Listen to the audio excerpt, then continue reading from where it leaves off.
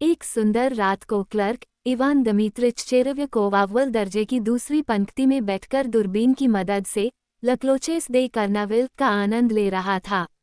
वो खेल देख रहा था और अपने को सबसे सुखी मनुष्य समझ रहा था। जब यकायक कहानियों में यकायक एक घिसा पिटा शब्द हो गया है, किंतु लेखक सही ही है, जिंदगी अचंभों से भरी है। तो यकायक उसका चेहरा सिकुड़ गया, उसकी आंखें आसमान की ओर चढ़ गईं, उसकी सांस रुक गई। वह आंखों से दूरबीन हटाकर अपने स्थान पर दोहरा हो गया और आँख छी कहने का मतलब ये कि उसे छींक आ गई। यूं तो हर किसी को जहां चाहे छींकने का हक है। किसान, थाने के दारोगा, यहाँ तक कि प्रिवी काउंसिल के मेंबर तक छींकते हैं। हर कोई छींकता है, हर कोई।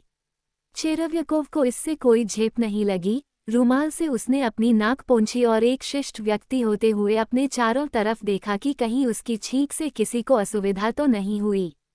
और तभी वह सचमुच झेप गया, क्योंकि उसने एक वृद्ध व्यक्ति को पहली पंक्ति में अपने ठीक आगे बैठा हुआ देखा, जो अपनी गंजी खोपड़ी और गर्दन को दास्ताने से पोंछ रहा था और कुछ बड़बड़ाता जा रहा था।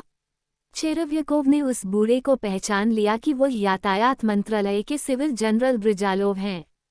मैंने उनके ऊपर छींका है, चेरेव्याकोव ने सोचा। वह मेरे अफसर नहीं है, ये सही है, किंतु तब भी यह कितना भद्दा है। मुझे माफी मांगनी चाहिए। हल्के से खांसकर चेरेव्याकोव आगे झुका और जनरल के कान में फुसफुसाया। मैं क्षमा प्रार्थी हूँ महानुभाव, मैं छींका था। मेरा यह मतलब नहीं था कि। अजी, कोई बात नहीं, कृपया मुझे क्षमा कर दें। मैं ये जानबूझकर नहीं हुआ था। क्या तुम चुप नहीं रह सकते? मुझे सुनने दो। कुछ घबराया हुआ चेरेव्याकोव झेप में मुस्कुराया और खेल की तरफ मन लगाने की कोशिश की। वह खेल देख रहा था, किंतु उसे आनंद नहीं आ रहा था। बेचैनी उसका पीछा नहीं छोड़ रही थी। मध्यांतर में वह ब्रिजालोव के पास पहुंचा, थोड़ी देर के लिए उनके आसपास घूमा फिरा और फिर साहस बटोरकर मिनमिनाया।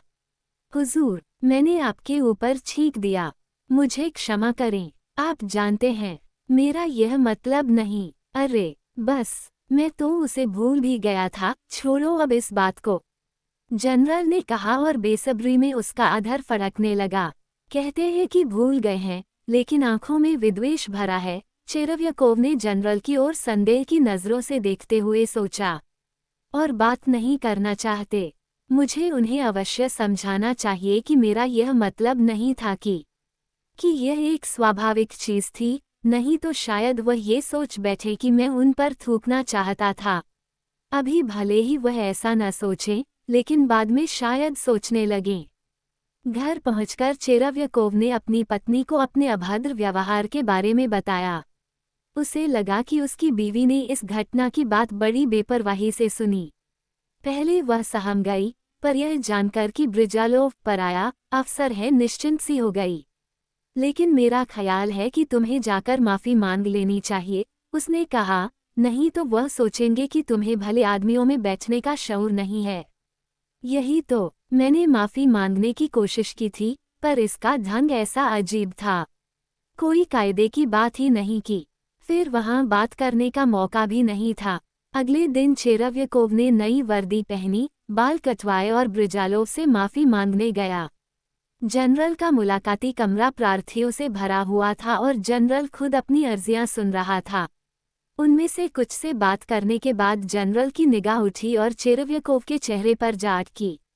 हुजूर, कल रात आर्केडिया में, अगर आपको याद हो, क्लर्क ने कहना शुरू किया, मुझे छींक आ गई थी और ऐसा हुआ। मैं क्षमा चाहता। उफ, क्या बकवास है, जनरल ने कहा और दूसरे आदमी की ओर मुड़ा।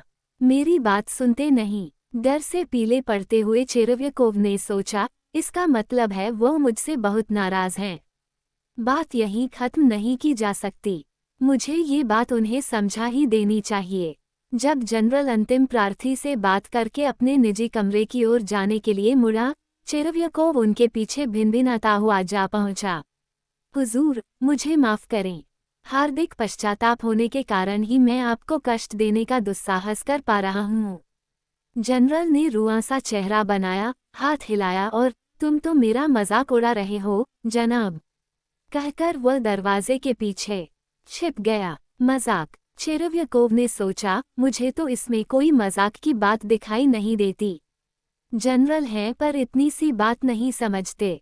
बहुत अच्छा, मैं इस भले आदमी को अब अपनी क्षमा प्रार्थनाओं से परेशान नहीं करूंगा।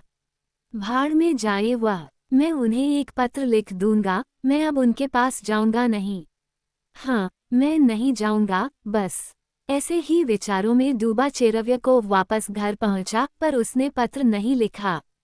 उसने बहुत सोचा विचारा, लेकिन वह ये नहीं तय कर पाया कि बात किन शब्दों में लिखी जाए।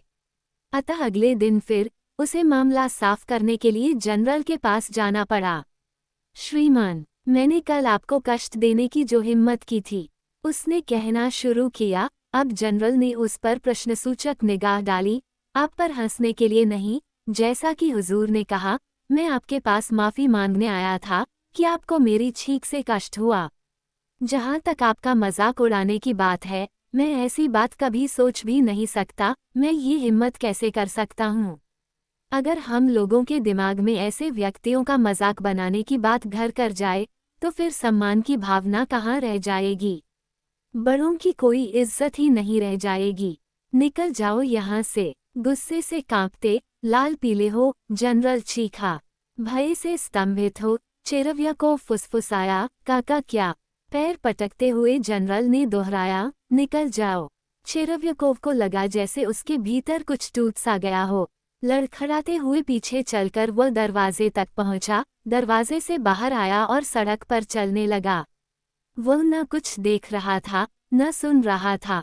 संज्ञा शून्य यंत्रचालित सा वह सड़क पर बढ़ता गया। घर पहुंचकर वह बिना वर्दी उतारे, जैसे का तैसा, सोफे पर लेट गया और मर गया।